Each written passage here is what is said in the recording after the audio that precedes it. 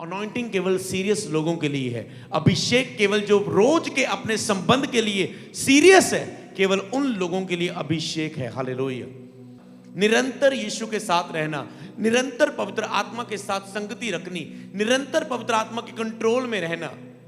Emergency वाली prayer नहीं आपको उपयोग कर सकती। आपको अपनी लाइफ में बड़े डिसिप्लिन में आना होगा, आपको अपनी लाइफ में बड़े फैसलों में लेकर आना होगा। आपको पता है कि आपका शरीर आपके विरोध में है, इतना आपका विरोध करता है, फिर भी आप इसे क्रूस पर नहीं चढ़ा रहे, आप सीरियस नहीं है। पर आप, हम मेन टॉपिक क्या सीख रहे हैं? पहले कलीसिया मसीह के चरित्र स्वभाव में होनी चाहिए। फिर जीसस ने कहा, मैं अपनी सामर्थ्य भी तुम में समा पाऊंगा, मेरे जैसे तुम काम भी कर पाओगे, इससे विदारी आएगी, इससे लोग बचाए जाएंगे। पर आज जो कार्य परमेश्वर दे रहा है कि चंगाई कलीसिया के लिए सबसे महत्वपूर्ण विषय होना चाहिए। चर्च के लिए शैतान आपकी कलीसिया को छुए, बीमारियां लोगों को छुए, मौत लोगों को मारे और हम बचा ना पाए, हम चुप कैसे रह सकते हैं? समझ पा रहे हैं? आपको जितना दिया गया योग्यता, उस योग्यता को प्रभु के लिए उपयोग करें। आपके अंदर कौन सी काबिलियत प्रभु ने दी है? और शैतान आपकी लाइफ में जिस चीज में आप स्पेशल हो, बेस्ट हो, आप देखो अपनी आत्मा में झांक कर, उसी चीज पर शैतान ने अटैक किया। हर एक के अंदर कुछ खास योग्यता डाली है, आपके अंदर, मेरे अंदर, उसको पहचाने और उसको दबाकर ना रखें। आप कुछ और तो कर रहे होते हैं, पर जो उत्तम आपकी लाइफ में होता है, आप उसे साइड पर रख के अपनी सेवकाई को चला रहे होते हैं। इसलिए देखें आपकी लाइफ में सबसे स्पेशल क्या था जब आप उठे थे जागृति में, जब आप मसीह में उठे थे, रूहों को बचा रहे थे, काम कर रहे थे, आत्मा से परिपूर्ण थे, प्रभु के प्रेम में थे। उस समय आपके अंदर क्या खास था जो लोगों को प्रभावित कर रहा था?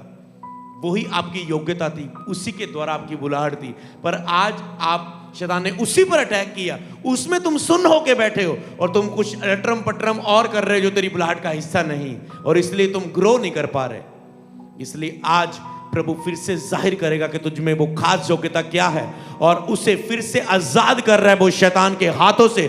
तुम उसमें फिर से उठोगे और उपयोग किए जाओगे। यीशु के नाम में बोले आमीन। अगर अधिक समय हो गया वहीं रुके तो वो शर्मिंदगी बन जाएगी, एक बोझ बन जाएगा।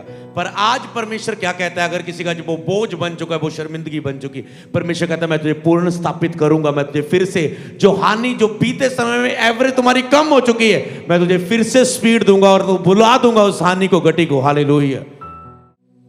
तुम्हें एक बिल्कुल बदला हुआ मनुष्य बनना होगा, जैसे उसने मूसा को बिल्कुल बदला हुआ मनुष्य करके नीचे भेजा पहाड़ में से। यीशु मसीह 40 उपवास के बाद, परीक्षा के बाद अपनी बुलाहट में जाते हैं, और प्रभु पूरी तरह से आपको, जिस तरह दाऊद को प्रभु ने अलगताई में रख के चुना, बढ़ाया, मजबूत किया, उसका अभिषेक किया, एक नया अपने हृदय के अनुसार उसे चुन लिया। जब तक तुम एक नया मनुष्य नहीं बन जाते, याद रखो, जो तुम अब हो सेवकाई में, अपनी पर्सनल लाइफ में, परिवार में, जब तक तुम एक टोटली चेंज नहीं हो जाते, तब तक पर मसीह की वो शुरुआत तुम्हारी जिंदगी में नहीं होगी जो वो करना चाहता है। इसलिए तुम्हें एक नया मनुष्य बनना होगा। वो सारी मसलों से, झगड़ों से, इधर उधर की बातों से, शारीरिकता से बाहर आकर, बिल्कुल जब तक, तो वो कहता है मसीह का रूप ना बन जाओ। और जीसस ने क्या कहा? जो काम मैंने किए वो तुम भी करोगे, पर तब तक नहीं जब तक तुम मेरे स्वभाव को पहन नहीं लोगे, मुझे अपने ऊपर पहन नहीं लोगे। हालेलुया। जब तक तुम दिखते रहोगे तुम वो नहीं कर पाओगे, पर जब तुम में मसीह दिखेगा तो मसीह जैसे कामों को भी तुम कर पाओगे। बोले आमीन। आज ये एक विषय लेके जाना कि परमेश्वर मुझे दूसरों की चंगाई के लिए मुझे उपयोग कर। कई वक्त आप चंगाई को पहले स्थान पर नहीं रखते, आप सेवकाई करते हैं, आप सब कुछ करते हैं जो एतवार परमेश्वर सिखा रहा है। मैं दोनों बातों को, इस हफ्ते की बड़ी मीटिंग को जोड़कर देखूं, संडे प्रभु क्या सिखा रहा है। अगर एक कलीसिया, वो मसीह की कलीसिया नहीं जब तक वो मसीह के स्वभाव में ना हो, तो कलीसिया को पहला काम मसीह के स्वभाव में होना है। कलीसिया का पहला काम मसीह के चरित्र में दिखना है। लेकिन यीशु ने कहा, जब मैंने तुमसे प्रेम किया, अब तुम भी आपस में एक दूसरे से प्रेम करो। इससे संसार जानेगा कि तुम मेरे चेले हो। हालेलुया। इससे दुनिया बदलेगी, इससे तेरे गांव के लोग, तेरे शहर के लोग, विदारी आएगी जब लोग देखेंगे तुम जो, मैं जिस प्रेम में था, मैं जिस करैक्टर में, चरित्र में था, स्वभाव में था, जब तुम उसमें चलोगे तो लोग इससे देखेंगे भाई यीशु के चेले हैं ये। बाइबल में लिखा, जब पतरस को चिन्ह और चमत्कार करते उन्होंने देखा, वो हैरान हुए कि ये तो एक मछुआरे हैं, ये तो एक अनपढ़ है, इन्होंने ये सामर्थ का काम कैसे किया, ये कैसे सभा में प्रीच कर रहे हैं। तो बाइबल में लिखा है उन्होंने जाना बाद में कि ये यीशु के साथ रहे थे। हालेलुया। सीक्रेट यही है आपके लिए कि यीशु के साथ साथ रहना, कभी कभार नहीं, महीने बाद नहीं, साल में 2-3 हफ्ते, 2-3 बार 40 उपवास रख के तभी नहीं, हर वक्त, हर समय, हर टाइम, दिन के तीनों पहर यीशु के साथ साथ रहना, निरंतर यीशु के साथ रहना, निरंतर पवित्र आत्मा के साथ संगति रखनी, निरंतर पवित्र आत्मा के कंट्रोल में रहना। क्योंकि जब आप निरंतर कंट्रोल में नहीं रहते, प्रॉब्लम क्या आती, जब आपकी लाइफ में अटैक आता है, जब आपकी लाइफ में कोई फाइट आती है, जब आपकी लाइफ में मान लो कोई क्रूसेड आ गया, कोई मीटिंग आ गई, अब 2 दिन पहले आप कह रहे हैं, ओ प्रभु प्रभु प्रभु प्लीज प्लीज मुझे भर, मुझे भर, मुझे भर, प्लीज मेरे साथ हो, मुझे शक्ति दे, मुझे पावर दे, तेरे बिना मैं कुछ भी नहीं, कुछ भी नहीं। आप देखेंगे कुछ नहीं होने वाला 2 दिन की इस प्रेयर से। अब तुम संघर्ष करोगे, तुम देखोगे परमेश्वर तुम्हारे साथ उस रीति से नहीं है। परमेश्वर तेरे रोने से नहीं आता, परमेश्वर कोई ऐसा नहीं है कि तुम मना लोगे वो तेरे साथ, वो तेरी चार्जिंग है कि तुम उसके द्वारा कितना अपनी आत्मा को चार्ज किए हुए हो। इसलिए तुम्हें हर वक्त अपने आप को तैयार रखना। कई बार तुम्हारी लाइफ में इमरजेंसी को प्रॉब्लम आती है, तुम कहते मैंने यीशु को पुकारा संकट के समय, उसने मुझे सुना क्यों नहीं? उसने कहा संकट के समय मुझे पुकार, मैं तेरी सुनूंगा, सुन क्यों नहीं रहा? क्योंकि उसने ये भी कहा, तब तू मुझे पुकारेगा और मैं कहूंगा मैं यहां हूं, यदि तू अंधेर करना, उंगली उठाना और दुष्ट बातें बोलना छोड़ दे। तब कहता है तू पुकारेगा और मैं कहूंगा मैं यहां हूं। तू दाहिने बाहिने मुड़ने लगेगा, पीछे से आवाज आएगी, रास्ता यही है, इसी पर चलना, मैं तेरी अगुवाई करूंगा, मैं तुझे निर्देश दूंगा, तुझे चलाऊंगा। पर कब? जब हर टाइम तुम मेरे साथ होगे। हालेलुया। इमरजेंसी वाली प्रेयर नहीं आपको उपयोग कर सकती। आपको अपनी लाइफ में बड़े डिसिप्लिन में आना होगा, आपको अपनी लाइफ में बड़े फैसलों में लेकर आना होगा। आपको पता है कि आपका शरीर आपके विरोध में है, इतना आपका विरोध करता है, फिर भी आप इसे क्रूस पर नहीं चढ़ा रहे, आप सीरियस नहीं है। अनॉइंटिंग केवल सीरियस लोगों के लिए है। अभिषेक केवल जो रोज के अपने संबंध के लिए सीरियस है, केवल उन लोगों के लिए अभिषेक है। हालेलुया। क्योंकि हम रोज कहते हैं प्रभु आज के लिए आज का अभिषेक दे, घंटों प्रार्थना करने के बाद आखिर में आज के लिए आज का अभिषेक ग्रहण करते हैं, तो अभिषेक का स्तर यहां पर आ जाता है। फिर अगले दिन कहते हैं आज के लिए आज का अभिषेक ग्रहण करते हैं, अभिषेक यहां, आज के लिए आज का अभिषेक ग्रहण करते हैं, आज के लिए आज का। फिर हम कहते हैं कटोरा उमड़ रहा है, मेरा प्याला भरा हुआ है, मेरा कटोरा उमड़ रहा है। हालेलुया। आप रोज अभिषेक को ग्रहण करते हैं, प्रभु के साथ संगति में समय बिताकर। हालेलुया। और इसीलिए आपको ये बात समझना है कि परमेश्वर के साथ हर समय परमेश्वर के साथ रहना। और जब परमेश्वर ने बताया कि पहला मेरी कलीसिया में लोग मेरे रूप में हो, मेरे चरित्र में, मेरे स्वभाव में हो, तब लोग देखेंगे। जब मेरा स्वभाव देखेंगे, जीसस ये नहीं कहता कि केवल मेरे स्वभाव ने उन्हें बदल देना है। जब ये मेरे स्वभाव में, जब ये प्रेम में चलेंगे, जब ये वचन की आज्ञाकारिता के लिए सीरियस होंगे, जब ये वचन पर अड़े और खड़े रहने के लिए सीरियस होंगे। कई बार आप मसीह में होते, हालात कुछ आते, आप वचन पर खड़े नहीं रहते, अपने आप को बदल लेते, बहाना बना लेते हैं। पर जो सीरियस है वो कहते हैं मैं वचन पर खड़ा होना ही होना है, मैं इस वचन पर चलूंगा। हालात कुछ भी कहे, परिस्थितियां कुछ भी कहे, मेरा फाइनेंस कुछ भी कहे, मैं अपना दशमांश बोऊंगा ही बोऊंगा। कई लोग अपने दशमांश बोने में भी रेगुलर नहीं, वो कॉम्प्रोमाइज कर लेते, समझौता कर लेते, अपने आप को बातें बोलकर कोई बात नहीं प्रभु ऐसा वैसा वैसा वैसा। और जब तक आप अपनी लाइफ में पूरी तरह से प्रभु से जुड़ते नहीं, आपकी लाइफ का बोना नहीं बढ़ता। मैंने हमेशा देखा, जब भी मैं फास्टिंग में गया और जब भी मैं प्रभु के साथ जुड़ा, प्रभु ने मुझे अधिक बोने के लिए हिलाया, अधिक बीज को बोने के लिए अपने उस समय हिलाता परमेश्वर। और क्योंकि वो जानता है आपको किस रीति से ब्लेस करना है, किस रीति से उठाना है। और एक दिन मैंने अपनी लाइफ में देखा, कई बार मैं सोचता हूँ ओ प्रभु, कई बार आता है ओ हम इतना बीज बोते हैं प्रभु, इतना बीज बोते हैं हम, इतना बोते हैं। पर कई बार ऐसे समय आते हैं आप कहते हो ओ कितना हो गया, ओ कितना बो दिया। कई बार फिर जब आप कितना करते हैं आप सोचते हैं और कुछ समय आप भूल जाते हैं, और एक समय प्रभु आपको इतना ब्लेस करता है, आप कहते हो ओ मैं कहता था इतना बो दिया, इतना बो दिया, जितना मैंने बोया इतना मुझे एक सेकंड में खुदा ने दे दिया, हालेलुया, एक दिन में दे दिया, जितना मैंने सालों में बोया। कई बार आपके साथ ऐसा होगा, ऐसा होगा आपके साथ, जो आपने सालों में, आप कहते हो वो इतने साल हो गए कितना बोते हुए। कई बार प्रभु आपकी लाइफ में ऐसा पल आएगा 1 2 3 साल कभी भी, और आपकी लाइफ में इतना बड़ा बीज आएगा, आपकी लाइफ में इतना सीड आएगा, इतनी बड़ी ब्लेसिंग आएगी, आप कहेंगे ओ मैं सोचता था प्रभु, मैं भूल गया था कि जितना मैंने बोया उसके कई गुना वो लौटाकर ही साबित करता है कि मैं परमेश्वर हूं। हालेलुया। तो कई बार आप भूल जाते हैं, आप डरते हैं बोने से। तो ये सब संबंध में ही पवित्र आत्मा आपको फाइनेंशियल भी आशीष कर पाता है। पर हम मेन टॉपिक क्या सीख रहे हैं? पहले कलीसिया मसीह के चरित्र स्वभाव में होनी चाहिए। फिर जीसस ने कहा मैं अपनी सामर्थ्य भी तुम में समा पाऊंगा, मेरे जैसे तुम काम भी कर पाओगे, इससे विदारी आएगी, इससे लोग बचाए जाएंगे। पर आज जो कार्य परमेश्वर दे रहा है कि चंगाई कलीसिया के लिए सबसे महत्वपूर्ण विषय होना चाहिए चर्च के लिए। प्रभु बहुत सी गवाहियां दे, मेरी कलीसिया बढ़े, इसलिए नहीं मांगना आपको कहना है प्रभु लोग दुखी हैं, लोग परेशान हैं, उनके लिए रोना आना चाहिए, आपको रोना आना चाहिए। जब इमरजेंसी प्रेयर रिक्वेस्ट मेरे फोन पर आती है, वो मुझे रुलाती है, वो मुझे रुलाती है, ये व्यक्ति बीमार है, ये व्यक्ति बीमार है, ये व्यक्ति बीमार है, ये व्यक्ति बीमारी में मर गया। समझ पा रहे हैं हम कहां हैं? समझ पा रहे हैं? हमें ये समझना होगा हम चुप कैसे रह सकते हैं। शैतान आपकी कलीसिया को छुए, बीमारियां लोगों को छुए, मौत लोगों को मारे, और हम बचा ना पाए, हम चुप कैसे रह सकते हैं? समझ पा रहे हैं? तो कलीसिया का सबसे पहला विषय होना चाहिए।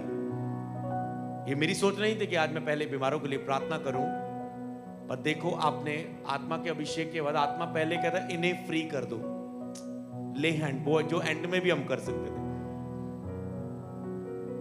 समझ पा रहे हैं? कई बार आपने देखा कि जब मैं पुलपट पर हम आते हैं और पहले हम चंगाई की प्रार्थना करते, गवाहियां लेते, फिर हम वचन देते। समझ पा रहे हैं? तो ये कुछ ये होता है कि आप जब पावर के साथ आते हैं, आप पहला आत्मा आपको किस हिस्से में फर्स्ट रखता है, कहां यूज करना चाहता है। आज मैंने महसूस किया कि परमेश्वर ऐसा क्यों होता था कि मैं आकर ही पहले आप मुझे बीमारों के लिए, चंगाई के लिए, प्रार्थना के लिए अगुवाई करते थे, क्योंकि जीसस के लिए बीमारों को, दुखियों को चंगा करना फर्स्ट था। हालेलुया। उद्धार तो है ही, वो एक टॉपिक, वो तो उसके बिना तो हम मसीह नहीं है। अगर हम उद्धार को ना समझे, जिंदगियां ना बचाएं, लेकिन भीड़ को देखकर उसने तरस खाया और उन्हें चंगा किया। लोगों को देखकर उसको तरस आया जो बिना चरवाहे के थे। समझ पा रहे हैं? जो बिना चरवाहे के थे, उनके पास अच्छा चरवाहा नहीं था, जीवित चर्च नहीं थी, जीवित अच्छी अगुवाई नहीं थी। जीसस उनके लिए तरस आया। जीसस ने उनके लिए, उसने कहा पक्के खेत तो बहुत है, मजदूर थोड़े हैं, स्वामी से प्रार्थना करो कि वे मजदूरों को भेजे। आज भी वो मजदूरों को चुनना चाहता है। मजदूर कौन? जो परमेश्वर के लिए काम करे। हम दुनिया के लिए काम करते ना, मजदूरी करते, हमें दिहाड़ी मिलती। मजदूर कौन है? जो परमेश्वर के लिए काम करने के लिए समर्पित करे अपने जीवन को। हालेलुया। क्या आप मजदूर बनना चाहते हैं? उसने कहा मजदूरों के लिए प्रार्थना करो। बीमार बहुत है, चंगा करने वाले मजदूरों के लिए प्रार्थना करो। हालेलुया। चंगाई करने वाले मजदूरों के लिए प्रार्थना करो। इसलिए वो सिखा रहा है चंगाई करो, अधिक से अधिक हीलिंग करो। हीलिंग को पहले नंबर पर रखो चर्च में। क्यों? क्योंकि आपको तरस है बीमारों पर, बीमारों के लिए तरस लेके आओ। सीक्रेट है ये मिरेकल्स का, तरस। इसलिए जब भी कोई प्रेयर रिक्वेस्ट आती है, हमारा एक ग्रुप है, तो उसमें कोई भी इमरजेंसी प्रेयर रिक्वेस्ट आती है, दूर दूर से, पूरे भारत से, विश्व से, इंडिया से, पंजाब से, तो जब आती है, अगर मैं अभी फोन आपको दिखाऊं, ऐसे भरा पड़ा है, भरा पड़ा है, और आप उसे देखेंगे और आपको कोई फर्क नहीं पड़ेगा। पर जब आप फास्टिंग में होंगे, आप टूट जाएंगे उनको देखकर, आप टूट जाएंगे उनको देखकर कि नहीं परमेश्वर, इनकी चंगाई होनी चाहिए। बता कौन सा मूल्य चुकाएं, हालेलुया। बता कौन सा समर्पण दे, बता। पर हम ये चाहते हैं प्रभु, समझ पा रहे हैं, आपको कहना है परमेश्वर, परमेश्वर उठा। अगर मैं एक वचन को पढ़ूं, शायद पहले नंबर पर वो आए, देखते हैं कब है। एक वचन को स्क्रीन पर यहां से, मीका 7:8। हे मेरी बैरिन, मुझ पर आनंद मत कर, क्योंकि ज्यों ही मैं गिरूंगा त्यों ही उठूंगा। हे मेरे जो बैरी है, कहता मेरे बैरियों, मेरे दुश्मनों, मेरे उत्ते आनंद ना करो कि मैं गिर गया, क्योंकि ज्यों ही मैं गिरूंगा त्यों ही मैं उठूंगा, और ज्यों ही मैं अंधकार में पड़ूंगा त्यों ही यहोवा मेरे लिए ज्योति का काम कर देगा। बोले आमेन। यहां पर वो कह रहा है कि कई बार आपको अपनी लाइफ में लगता है कि मैं गिर चुका हूं, मैं अब नहीं उठूंगा, मेरी सेवकाई रुक चुकी है, जब मैं अपने जीवन में कमजोर हो चुका है, जब मैं निर्बल हो चुका है, जब मेरी क्षमता कम हो चुकी है, अब मैं और कुछ नहीं कर, जब मेरी कैपेसिटी नहीं रही, जब मेरी क्षमता कम हो चुकी है, जब मेरी विल पावर, प्रभु के लिए इच्छा शक्ति और कार्य शक्ति मेरी कम हो चुकी है, अब मैं कुछ कर नहीं पा रहा मसीह के लिए, अब मेरे के लिए कुछ इच्छा नहीं आ रही मैं कुछ बड़ा करूं। जब आपको लगता है अब मैं नहीं उठ सकता, कई लोग गिरते हैं अपनी लाइफ में, उनको लगता है अब नहीं उठ सकता। क्या आपने देखा, प्रभु ने आपको फिर से उठाया। मैंने ऐसे जूत को देखा जिनको लगता ओ मैं पाप में गिर गया, ओ प्रभु, और मैंने देखा परमेश्वर ने फिर से उन्हें उठाया। बहुतों को उठाया परमेश्वर ने, बहुत सेवकों को उठाया। इसलिए याद रखना, जब तुम गिरे तो तुम अंत नहीं हो चुका तुम्हारा। कहता है दुश्मन है शैतान, दुश्मन मुझ पर आनंद मत कर, क्योंकि ज्यों ही मैं गिरूंगा त्यों ही मैं उठूंगा, यहोवा मेरे लिए ज्योति का काम कर देगा। आपके साथ आज कुछ ऐसा ही हुआ है, ये प्रेजेंस आपको छू चुकी है, आपको उठा चुकी है। ज्यों ही मैं गिरूंगा त्यों ही वह मुझे पूर्ण स्थापित करेगा, वो मुझे सेवकाई को पूर्ण स्थापित करेगा। चाहे शैतान सेवकाई का तूने विरोध किया, रोक दिया, मुझे रोक दिया, हालात आए, परिस्थितियां आई, पर वो मुझे पूर्ण स्थापित करेगा, वो मुझे फिर से स्थापित करेगा। मैं अपनी कलीसिया बनाऊंगा और दोनों लोग के फाटक उसमें प्रबल ना कर पाएंगे। अगर कलीसिया रुक चुकी है तो वो फिर से स्थापित करेगा आपको आग के साथ। एक समय अगर आपकी सेवकाई में आग थी और उसके बाद आपने बहुत कुछ खो दिया, फिर से वो आपको पूर्ण स्थापित करेगा। वो आग आ रही है, आज आ चुकी है यीशु के नाम में, हालेलुया। और आगे वचन में लिखा है, परमेश्वर बता रहा है कि मैं लोगों को पूर्ण स्थापित करूंगा और फिर से स्थापित करके एक नया काम उनकी जिंदगी में मैं करने जा रहा हूं, हालेलुया। योएल 2:25, जिन वर्षों में उपज अरबे नामक टिड्डियां और येलेक और हासीन ने और गजाम नामक टिड्डियों ने, अर्थात बड़े दल ने, जिसको मैंने तुम्हारे बीच में भेजा, खा लिया था। बस जिसने, शैतान ने तुम्हारी आश को चुरा लिया था, खा लिया था, मैं उसकी हानि तुमको भर दूंगा। बोले आमीन। मैं उसकी हानि तुझको भर दूंगा। सेम कुछ ऐसा मैं प्रीच कर रहा था कि जब आप बोते हैं, आप कहते हैं यार मेरा बोना बड़ा होता है, मेरे पास मेरे लिए कुछ बचता नहीं। एक दिन देखोगे आप, प्रभु ने आपकी सारी हानि भर दी है, सारी घटी दूर कर दी है। एक दिन देखोगे, क्योंकि आप करेगा परमेश्वर ऐसा। बहुत बार ऐसा लाइफ में हुआ, जब भी हमने बोने को देखा, प्रभु बचता नहीं, और प्रभु एक समय आता है एक समय आता है प्रभु, भयानक काम आपकी लाइफ में होंगे, हालेलुया। क्या आप रिसीव करते हैं? भयानक काम आपकी लाइफ में होंगे जिसकी आपने कोई उम्मीद नहीं की। कहते उनकी हानि मैं तुमको भर दूंगा, जो तुम्हारे बीच में है ना, जो तुम्हारा छीना गया, वो हानि मैं तुम्हारी भर दूंगा। मैं तुझे पूर्ण स्थापित करूंगा। जो तूने पाप के बीच में, गटी के नीच में, डिले में, फेलियर में, डिले होकर जो समय तूने बर्बाद कर दिया, अगर तू कहता है आज मुझे समर्पित करेगा, वो समय मैं तुझे भुला दूंगा, तुझे पूर्ण स्थापित करूंगा, तेरी सारी हानि में भर दूंगा। तुम बोलोगे पीछे रह गया, समय बहुत बीत गया। कईयों में कहता हूं डिले ना हो सेवकाई के लिए। 1 2 3 साल हो गए, कुछ नहीं पता चलेगा, डिले होके चलते रहोगे। पर जब 5-10 साल हो जाएंगे, वही 20 लोग 10 लोग होंगे, तो एक शर्मिंदगी बन जाएगी तुम्हारी। और आज प्रोफेटिक वर्ड था, तुम्हारी शर्मिंदगियां खत्म है यीशु के नाम में। हालेलुया। अगर अधिक समय हो गया वहीं रुके तो वो शर्मिंदगी बन जाएगी, एक बोझ बन जाएगा। पर आज परमेश्वर क्या कहता है, अगर किसी का जो वो बोझ बन चुका है, वो शर्मिंदगी बन चुकी, परमेश्वर कहता है मैं तुझे पूर्ण स्थापित करूंगा। मैं तुझे फिर से जो हानि, जो बीते समय में एवरेज तुम्हारी कम हो चुकी है, मैं तुझे फिर से स्पीड दूंगा और तो भुला दूंगा उस हानि को, गति को। हालेलुया। पहला पत्रस 5:10 में लिखा है, अब परमेश्वर जो सारे अनुग्रह का दाता है, जिसने तुम्हें मसीह में अपनी अनंत महिमा के लिए बुलाया है, तुम्हारे थोड़ी देर तक दुख उठाने के बाद, तुम्हारे थोड़ी देर प्रेशर, हालात, परिस्थितियां, गिरना उठना, विरोध, परिस्थितियां, थोड़ी देर दुख उठाने के बाद वह तुम्हें आप ही सिद्ध, स्थिर और बलवंत करेगा, तुझे पूर्ण स्थापित करेगा। बोले आमीन। वो तुझे फिर से खुशी दिनों के बाद फिर से विदाई की आग में वो तुझे चलाएगा। याद रखना, कभी हे आप ना छोड़ देना। कैसा भी समय आए वो तुझे फिर से उठाएगा, बढ़ाएगा। हालेलुया। आज वो आपको फिर से उठा रहा है, बना रहा है, और एक अलग ही फायर आपकी लाइफ में फील होगी इन महीनों में। हालेलुया। इफिसियां 2:19 से 22, इसलिए तुम अब विदेशी और मुसाफिर नहीं, परंतु पवित्र लोगों के संगी, स्वदेशी, परमेश्वर के घराने के हो गए हो। बोलो, अब मैं परमेश्वर के घराने का हो गया हूं। अब मैं मुसाफिर नहीं, परदेसी नहीं, विदेशी नहीं, मैं मसीह के घराने का हो चुका हूं। 20 में लिखा, और प्रेरितों और भविष्यवक्ताओं की नींव पर। किसकी नींव पर? प्रेरितों और भविष्यवक्ताओं की नींव पर, जिसके कोने का पत्थर मसीह यीशु स्वयं है। किसने ये नींव रखी? प्रेरितों की। कहता है जिसके कोने का पत्थर मसीह है।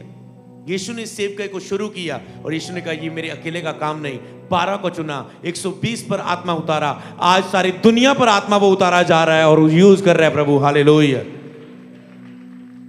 जिसमें सारी रचना एक साथ मिलकर प्रभु में एक पवित्र मंदिर बनती जाती है। नींव क्या है? प्रेरितों की नींव, जिसमें तुम भी आत्मा के द्वारा परमेश्वर का निवास स्थान होने के लिए एक साथ बनाए जाते हो। आत्मा के द्वारा क्या? परमेश्वर का निवास स्थान। प्रभु तुझ में वास करता है। किसके द्वारा? पवित्र आत्मा तुझे ऐसा बनाता है। पवित्र आत्मा आपको बनाना चाहता है कि परमेश्वर का आत्मा, वो आत्मा आप में ठहरे, निवास करे, आप में एक संगति हो। और परमेश्वर चाहता है कि वो आज के समय में भी प्रेरितों को उठाए। हालेलुया। सुसमाचार को उठाए, प्रार्थना योद्धाओं को उठाए, सेवकों को उठाए, जवानों को उठाए, बहनों को उठाए, भाइयों को उठाए, ऑनलाइन व्यूवर्स आपको उठाए यीशु के नाम में। हालेलुया। वो चाहता है कि उठाए जाएं लोग। परमेश्वर उठाना चाहता है, आपको पूर्ण स्थापित करना चाहता है, आपको फिर से खड़ा करना चाहता है आपको। और दोनों लोग के फाटल कहता है उसमें प्रबल ना होंगे।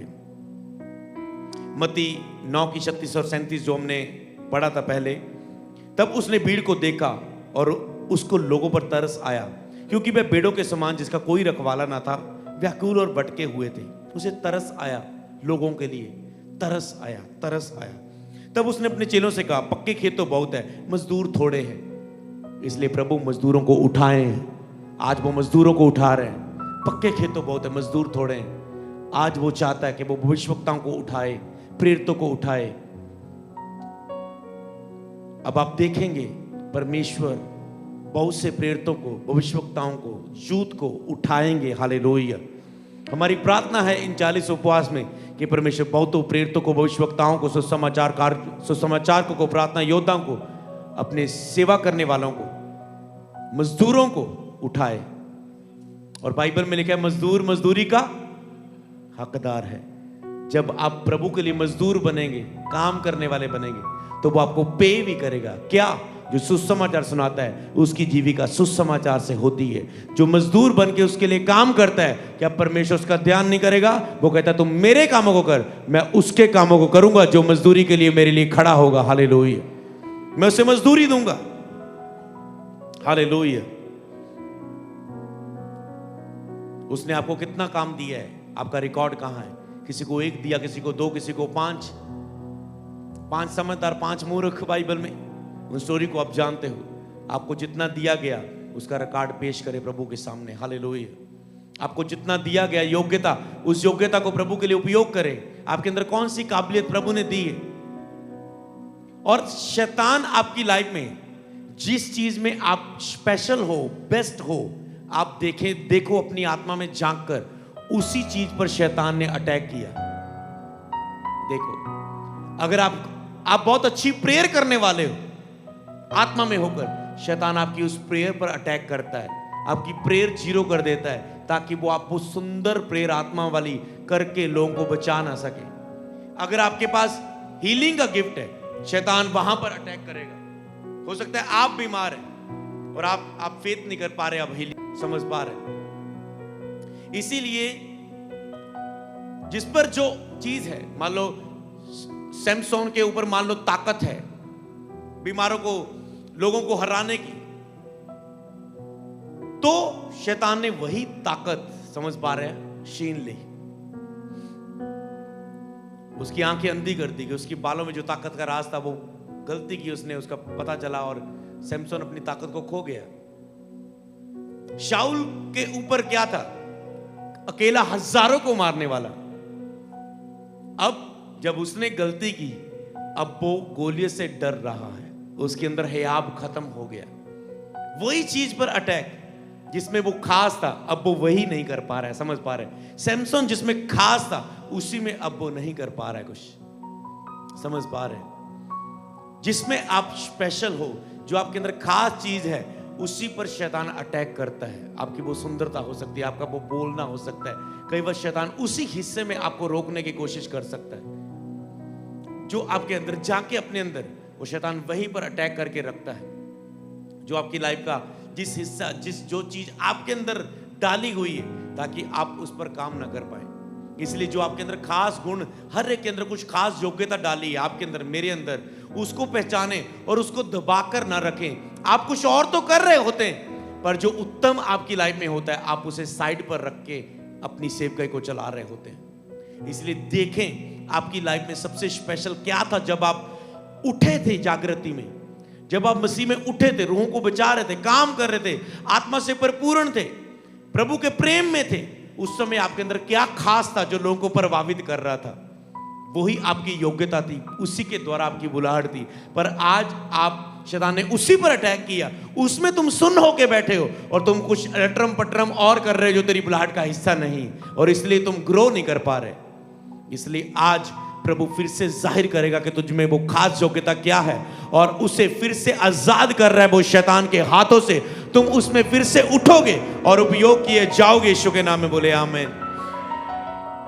लूका 10:2, उसने कहा पक्के खेत बहुत है, मजदूर थोड़े हैं। खेत के स्वामी से विनती करो कि वे खेत काटने के लिए मजदूरों को भेज दे। हालेलुया। यूहन्ना 4:34, यीशु ने कहा मेरा भोजन ये है कि मैं अपने भेजने वाले की इच्छा के अनुसार चलूं और उसका काम पूरा करूं। परमेश्वर का काम पूरा करें जो उसने आपको दिया है, जो योग्यता आपको दी है। कहता मेरा भोजन ये है। आज फास्टिंग प्रार्थना के, उपवास प्रार्थना के इस बुधवार के दिन में आपका भोजन क्या है? आपने भोजन तो छोड़ा है, पर आपका भोजन क्या है छोड़ा है तो? कि आप परमेश्वर की इच्छा के अनुसार चलें और उसके काम को पूरा करें। अगर आप परमेश्वर की इच्छा के अनुसार नहीं चलेंगे तो उस काम को नहीं पूरा कर पाएंगे। आप कुछ काम तो कर रहे हैं, पर कुछ और कर रहे हैं। आप वो काम नहीं पूरा कर रहे हैं जिसमें उसकी इच्छा है। पर आज पवित्र आत्मा चाहता है जो मैंने तुझ में स्पेशल दिया है, याद कर तुझ में क्या खास है, और वो प्रार्थना के द्वारा ही उज्जवल होगा, चमकेगा। लेकिन जो भविष्यवाणी का वरदान, जो वरदान प्राचीनों के हाथ रखने के द्वारा तुम्हें मिले, उसे चमका दे, उसी में काम कर, उसे चमका दे। हालेलुया। भजन संहिता 27:8, तूने कहा मेरे दर्शन के खोजी हो, इसलिए मेरा मन तुझसे कहता है तेरे दर्शन का मैं खोजी रहूंगा। हालेलुया। तूने कहा मेरे दर्शन के खोजी हो, इसलिए मेरा मन तुझसे कहेगा कि मैं तेरे दर्शन का खोजी हूं। प्रभु के दर्शन के खोजी रहो, प्रभु को ढूंढते रहो, रुकना सीखो। खोज का पहला चिन्ह है कि आप इंतजार करते हैं पवित्र आत्मा का। आप शांत रहना सीख जाते हैं उसकी प्रेजेंस के सामने। आप घंटों उसके साथ बिताना शुरू करते हैं। और आज मैं एक ग्रेस की घोषणा करता हूं कि अपनी लाइफ में अगर आप निरंतर 2.5 घंटे की प्रार्थना का एक्सपीरियंस आपने नहीं किया है तो आज से इसे रोज मांगे, प्रभु मुझे ये ग्रेस दे। क्या करेंगे आप निरंतर 2.5 घंटे का अलार्म लगाएंगे कि 2.5 घंटे मुझे प्रभु के साथ बैठना है। आप 12 बजे बैठे, आप 2:30 बजे का अलार्म लगा रहे हैं। इससे पहले आप कहते मुझे उठना नहीं। इसका मतलब आप इंतजार कर रहे हैं और आपने खोज के लिए 2.5 घंटे समय बांध दिया है। पहले 1-2 घंटे से शुरू करें, नहीं तो सीधा 2.5 घंटे की छलांग लगाएं। करें इसे।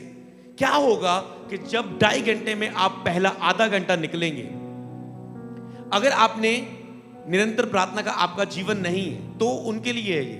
अगर वो 2.5 घंटे आप रोज एक ही टाइम पे कर पा रहे हैं तो आपके लिए बहुत ये शक्तिशाली है। तो आपके लिए डिफरेंट होगा। पर जिन्होंने अभी तक ये नहीं करते तो आप पहले आधा घंटा करें। क्या होगा? आधा घंटे बस आप शरीर में प्रार्थना कर रहे होंगे, आप बस समय पूरा कर रहे होंगे, आप बस कोशिश कर रहे होंगे। आपको लग रहा होगा कुछ भी सही नहीं है, मेरा मन बिल्कुल भी प्रार्थना में नहीं लगता, मुझे गुस्सा आ रहा है, मुझे उठने को मन कर रहा है। बस आप शरीर से लड़ रहे होंगे। जैसे ही आधा घंटा बीतेगा, आप अगले आधे घंटे में पहुंचेंगे।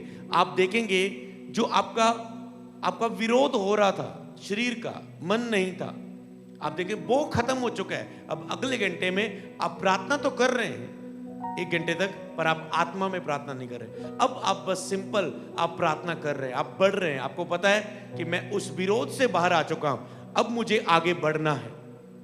आप 1 घंटे की प्रार्थना करते हैं। 1 घंटे की प्रार्थना के बाद फिर आप आते हो आत्मा में प्रार्थना के स्तर पर। फिर आपकी प्रार्थना आत्मा में निकलने लग जाती है और आप कहते हैं मैं क्यों नहीं बैठा था इस प्रार्थना में, मैं क्यों नहीं आज तक प्रार्थना कर रहा था, मैं क्यों नहीं इस समय तक पहुंचता था।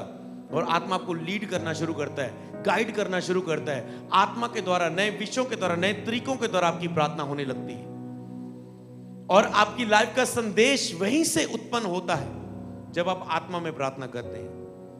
आपकी लाइफ के बहुत सीक्रेट्स आपको वहीं मिलते हैं प्रार्थना के समय में। जब आप प्रभु के साथ उस 2.5 घंटे वाली प्रार्थना में प्रभु के साथ उठ के आते हो तो आपको वहां पर एक्सपीरियंस मिलते हैं। पवित्र आत्मा आपको वेद सिखाता है, नए तरीकों से आपकी प्रार्थना निकलती है। प्रार्थना में कुछ नए आत्मा बात सिखाता है, नई तरीकों से अनुभव की हुई पवित्र आत्मा के द्वारा उसके अधीनगी में, नियंत्रण में प्रार्थना होने लगती है। फिर आप उस 1 घंटे को पवित्र आत्मा के नीचे होकर अद्भुत रीति से करते हैं।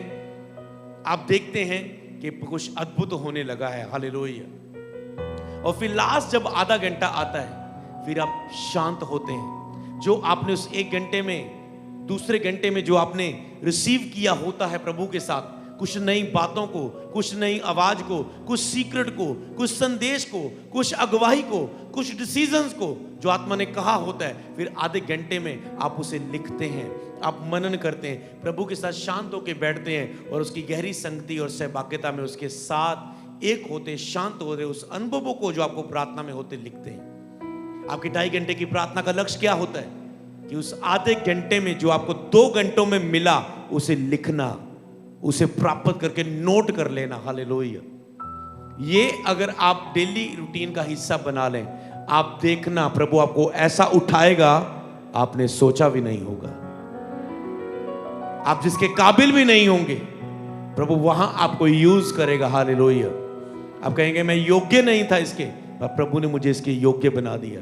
तो आज से 2.5 घंटे निरंतर करने वाली प्रार्थना को रोज जीते, अपनी लाइफ में ऐसा समय बिताएं। 1 घंटे शुरू कर सकते 2, पर इसे लेकर जाना क्योंकि वहां पर आपको बहुत कुछ अद्भुत मिलेगा। वहां आपके हर सवाल का जवाब है, वहां पर आपको आनंद मिलने लगेगा, प्रकाशन मिलने लगेंगे, और हर एक प्रकाशन आपको अगले दिन की 2.5 घंटे की प्रार्थना के लिए भूख पैदा करेगा कि आज मुझे ये प्रकाशन मिला, मुझे फिर से बैठना है ताकि मैं कुछ ऐसा और प्रभु से ले लूं। तो आप 2 घंटों को चीरते हुए उस आधे घंटे में प्रवेश करने की भूख रखें आज। हालेलुया।